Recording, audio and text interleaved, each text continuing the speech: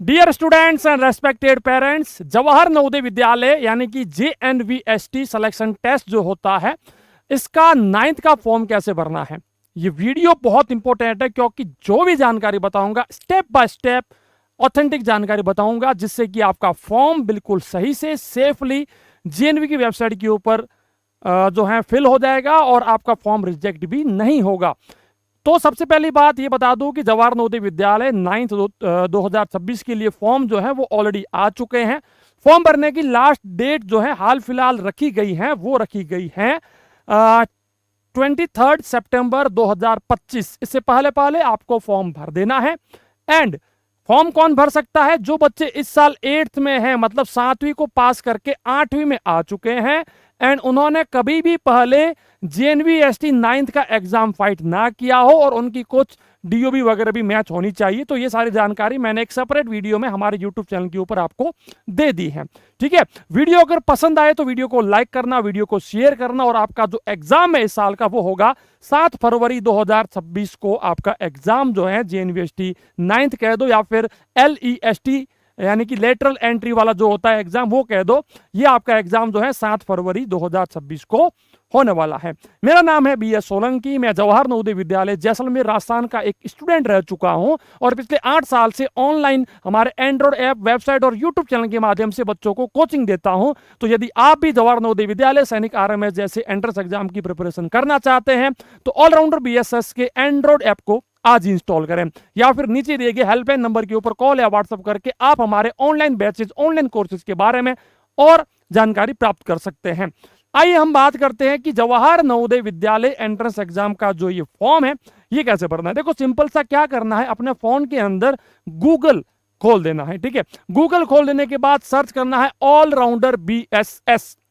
Allrounder BSS search करोगे, allrounderbss.com करके website आएगी। इस वेबसाइट को ओपन करने के बाद आपको जाना है एग्जाम कॉर्नर में। एग्जाम कॉर्नर में जाना है और यहां पर आपको जाना है फॉर्म्स में। LEST 9th है ना, लेटरल एंट्री वाला जो होता है एग्जाम, इसका यहां पर नाम दिया गया है, इस पे टिक कर दीजिए। तो ये आपके सामने JNV की वो जो है वेबसाइट खुल जाएगी, जिस वेबसाइट के ऊपर आपको फॉर्म भरना है। देखिए कुछ चीजें ध्यान रख लीजिए। अब बहुत सारे बच्चों के माइंड में ये प्रश्न होगा कि सर JNVST 9th का फॉर्म कौन भर सकता है। देखो JNV जो है, JNV के जो है कुल मिलाकर के बहुत सारे एग्जाम होते होंगे, लेकिन हाल फिलहाल यदि मैं आपको बताऊं तो यहां पर आपके सामने मैं एक चीज जो है रख लेना चाहता हूं। वो चीज क्या है? देखो JNV पूरे देश के अंदर 661 से ज्यादा JNVs है, 661 से ज्यादा JNVs है। हर JNV के अंदर जो बच्चे 5वीं में पढ़ते हैं वो 6ठी के लिए एग्जाम फाइट करते हैं एंड हर जिले में लगभग 80 सीटें होती है। कुछ के अंदर 40 सीटें भी हो सकती है, लेकिन मोस्ट ऑफ द JNVs के अंदर 80 सीटें होती हैं। अब 6ठी, 7वीं, 8वीं तक बच्चा पढ़ गया, अब 8वीं के बाद मान लीजिए या फिर बीच में बच्चा छोड़ के भाग गया या कुछ भी रीजन से बच्चे ने छोड़ दिया, सीटें खाली हो गई। उन सीटों को भरने के लिए 8वीं क्लास का एग्जाम होता है। मतलब जो बच्चे 8वीं में होते हैं वे फॉर्म भरते हैं, एग्जाम देते हैं और उनको एग्जाम पास होने के बाद में 9th के अंदर लिया जाता है। तो पहले तो चेक कर लेना कि आपके यहां पर कितनी सीट खाली है, सीट खाली है कि नहीं है। उसके बाद आपको यहां पर आना है, सबसे पहला जो ऑप्शन है इस पे टिक करके आपको सबसे पहले सारी जानकारी भर देनी है। भरनी क्या है? देखो सिंपल सी जानकारी, आपको अपना राज्य यानी कि स्टेट सबसे पहले चूज कर लेना है। स्टेट के बाद में आपको चूज कर लेना है कि बच्चा अभी 8वीं क्लास में कौन से डिस्ट्रिक्ट के अंदर पढ़ रहा है ना। यहां पर भी आपको वही स्टेट चूज करना। अब जैसे कि मान लीजिए मेरा कोई बच्चा है जो कि राजस्थान के जैसलमेर के अंदर अभी पढ़ रहा है, तो अब सिंपल सी बात क्या है कि बच्चा जो है जैसलमेर का रहने वाला होना चाहिए। ये ना हो कि बच्चा जोधपुर का रहने वाला है, पढ़ रहा है जैसलमेर में, जैसलमेर का रहने वाला है वो पढ़ रहा है बाड़मेर या जोधपुर में। ऐसा नहीं कर सकते। जिस जिले का बच्चे का मूल निवास है, बोनाफाइड सर्टिफिकेट है, रेजिडेंशियल सर्टिफिकेट है, उसी जिले में 8वीं पढ़ना चाहिए। यदि वो मिसमैच हो गया तो वो बच्चा JNV का कुल मिला के फॉर्म भर ही नहीं पाएगा किसी भी सूरत में, ना तो जोधपुर से, ना जैसलमेर से, ना कहीं से।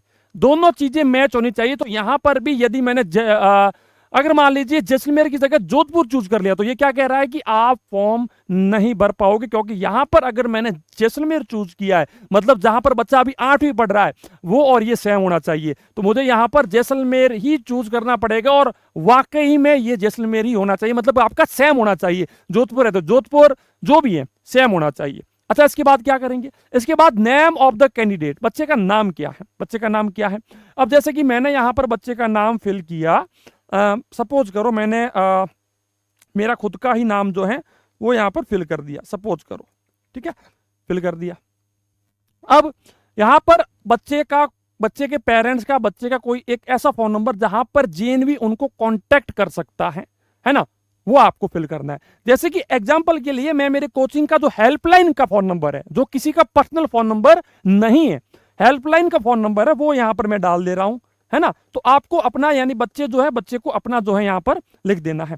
अब यहां पर आएगा बच्चे का डीओबी एग्जैक्ट जो आपकी 7वीं की मार्कशीट के अंदर है वही डालना, चेंज मत कर देना। तो ये यहां पर आपने फिल कर दिया। अच्छा, इसके बाद क्या है, यहां पर आपको डालना है मेल आईडी, यदि है तो डाल दो, नहीं है तो खाली छोड़ दो, कोई दिक्कत नहीं है। जैसे कि मैंने यहां पर मेरी कोचिंग का जो मेल आईडी है सपोर्ट, है ना, @allrounderbss.com करके अगर मान लो मेल आईडी है तो मैंने यहां पर डाल दी, वरना इसको मैं खाली छोड़ना चाहूं तो खाली छोड़ सकता हूं। अच्छा, बच्चे की माताजी का नाम, बच्चे की माताजी का नाम देखो यहां पर हिंदी में फॉर्म को मत भरना, फॉर्म को प्योरली इंग्लिश अल्फाबेट में भरना एकदम आपके लिए बेस्ट रहेगा, ठीक है। अब बच्चे की माताजी का नाम क्या है, अब जैसे कि मैंने यहां पर भर दिया, सपोज करो मैंने यहां पर माताजी का नाम कुछ भी दे रहा हूं, मैं यहां पर आपको सिर्फ एग्जाम्पल के तौर पे समझा रहा हूं। जैसे कि मैंने भर दिया सीता देवी, है ना, तो ये एग्जैक्ट जो नाम होगा वो आपको स्पेलिंग के बीच में कितना गैप है क्या है, बहुत बार क्या होता है ना कि बच्चे की माताजी का नाम होता तो यही है लेकिन SEE करके ये मान लीजिए ये हो गया, तो देखो कुछ भी नाम में स्पेलिंग चेंज हो सकता है। जैसे कि मैं किसी का नाम ये बोल रहा हूं चलो यार मैं मेरा खुद का ही नाम यहां पर आपको बता दे रहा हूं, ठीक है। अब जैसे कि मेरा नाम है, अब बहुत सारे लोग है ना यहां पर वी यूज करते हैं, बहुत सारे लोग यहां पर वी यूज करते हैं, तो अगर आपके नाम में वी है तो आपको वी ही डालना है ना, वी डालना है। जो भी होगा मतलब स्पेलिंग के अंदर गलती मत कर देना। बहुत सारे बच्चे सोचते हैं क्या ही फर्क पड़ता है, वही नाम है, नहीं। अगर ऐसी भी मिसमैच अगर आपका हुआ तो भी फॉर्म के अंदर बाद में जो है आपको दिक्कतें आएगी, तो जो भी नाम है एग्जैक्ट डालना। अब जैसे कि बच्चे के फादर का नाम है तो फादर के नाम में जैसे कि मैंने यहां पर सपोज करो मैं आपको समझा रहा हूं कि मैंने डाल दिया लक्ष्मण राम, है ना, तो मैंने यहां पर क्या किया LAX, है ना, LAXMANRAM कर दिया।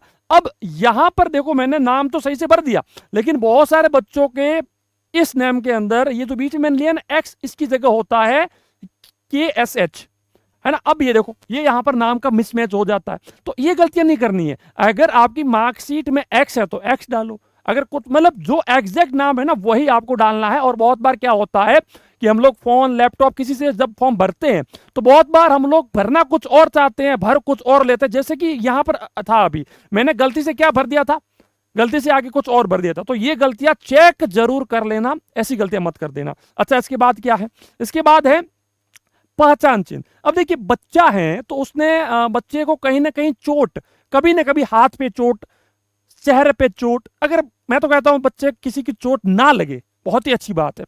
अगर चोट का कोई मार्क नहीं हो तो कोई ना कोई इस प्रकार का ऐसा बॉडी के ऊपर कोई ना कोई ऐसा मार्क होगा जिससे बच्चे की पहचान हो सके, है ना। अब जैसे कि मेरे यहां पर ये हो रखा है ना, तो मैं इसको यहां पर लिख सकता हूं। और अगर किसी के चोट है तो इसको कैसे लिखेंगे, उसको लिखेंगे इंजरी मार्क ऑन।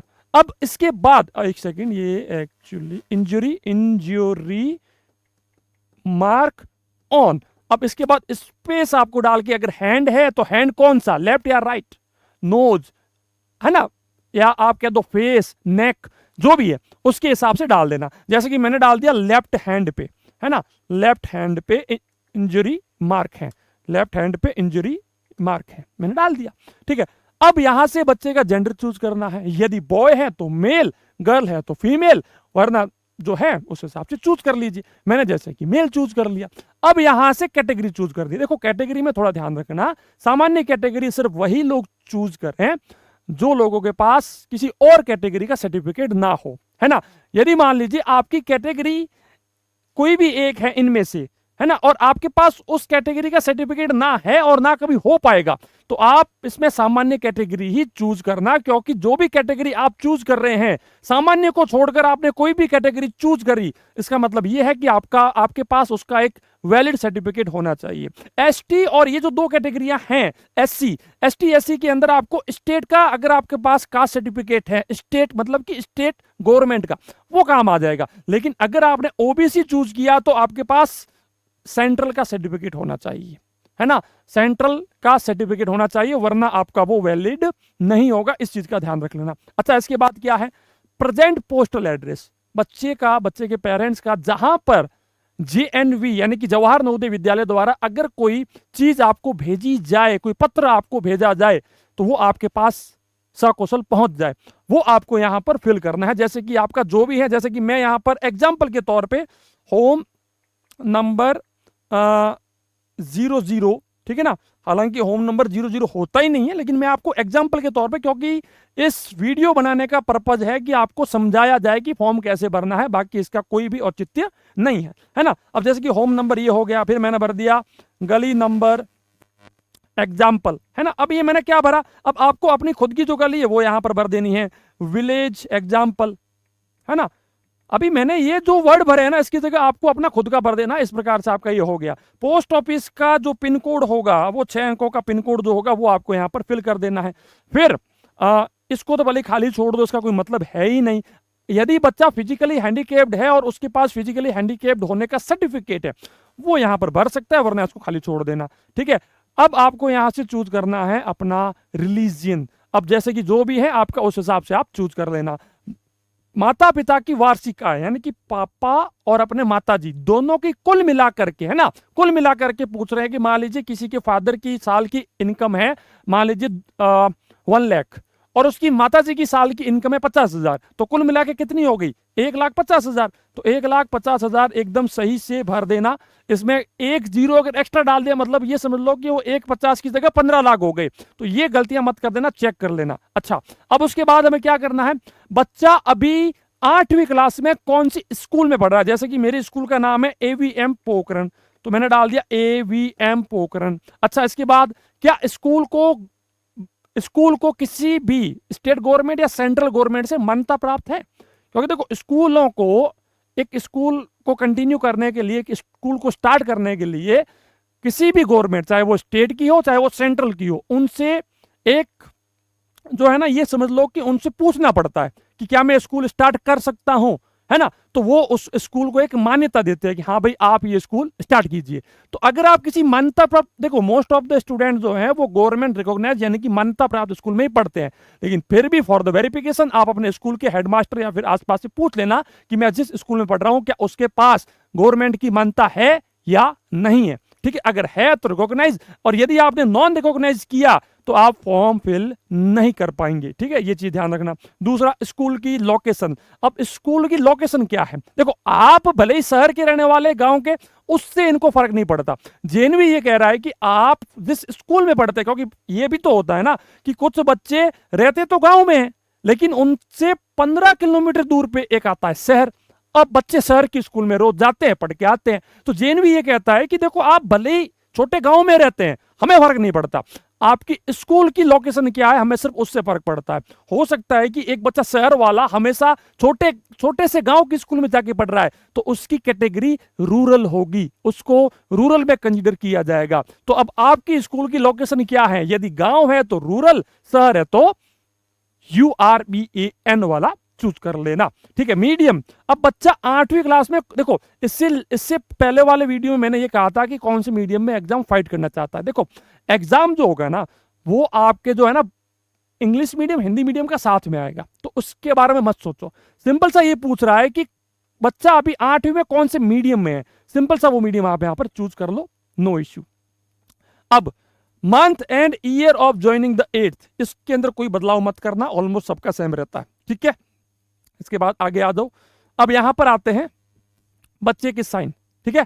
अब बच्चे के साइन क्या है, जैसे कि मैंने यहां से चूज कर लिया, सॉरी, यहां पर आता है सबसे पहला बच्चे का फोटो है, कैंडिडेट फोटो, तो कैंडिडेट का एक पासपोर्ट साइज फोटो जिसकी साइज वगैरह सब यहाँ पर दी गई है, एकदम सही से साफ सुथरा फोटो यहाँ पर अपलोड कर देना। बच्चे के साइन, द कैंडिडेट साइन, तो कैंडिडेट के साइन जो है बिल्कुल सही से एक व्हाइट पेपर के ऊपर साइन किए हुए उसका फोटो खींचा हुआ अपलोड कर देना। एंड अब यहाँ पर आएंगे बच्चे के पेरेंट्स के साइन, ठीक है। सेव एंड कीजिए इसको कंटिन्यू, एंड देन आपके सामने ये फॉर्म वापस से खुलेगा कि एक बार आप चेक कीजिए कि क्या आपने फॉर्म एकदम सही से फिल किया है, कोई स्पेलिंग मिस्टेक तो नहीं हो गई। तो ये सारी चीजें आपको चेक कर लेनी है। सब आपने चेक कर लिया कि हाँ भाई सारी जानकारी ओके है, फोटो वोटो सब ओके है, तो फाइनल सबमिट कर देना, ओके कर देना, फॉर्म आपका सबमिट हो चुका होगा। प्रिंट के ऊपर टिक करना, प्रिंट करना, और आपका ये फॉर्म का प्रिंट भी हो चुका होगा, ठीक है। सिंपल से इसको कीजिएगा सेव एंड दैट्स ऑल। इसके आगे अगर मान लो पहले आपने कोई फॉर्म वॉर्म फिल किया हुआ है तो कुछ और नाम चेंज करके आप इसको सेव कर लेना, आपका फॉर्म जो है सेव हो जाएगा। अच्छा, इसके बाद एक छोटी सी जानकारी है, यदि आप भी घर बैठे जवाहर नवोदय विद्यालय सैनिक स्कूल आरएमएस की प्रिपरेशन कर रहे हैं तो ऑलराउंडर वीएसएस का सारथी बैच जेएनवी 6 के लिए, मारुति बैच जेएनवी 9 के लिए, इसी प्रकार से हमारे पास अभी जो है सुपर स्मार्ट 6 जेएनवी सैनिक आरएमएस सबकी एक साथ में प्रिपरेशन, सुपर स्मार्ट 6 वगैरह ये बैचेज हैं। इन सब के अंदर आप एक बार जो है आकर के देख सकते हैं, हमारे ऐप को इंस्टॉल कर सकते हैं, और कोई हेल्प चाहिए आप हमें कॉल या व्हाट्सअप कर सकते हैं। मैं मिलूंगा नेक्स्ट वीडियो में। वीडियो कैसा लगा कमेंट सेक्शन में लिख के जरूर बताइएगा। आप किस जेएनवी के लिए फॉर्म भर रहे हैं, आप भर चुके हैं, कमेंट में लिख के जरूर बताइएगा। मैं मिलूंगा नेक्स्ट वीडियो में। जय हिंद, जय भारत, धन्यवाद।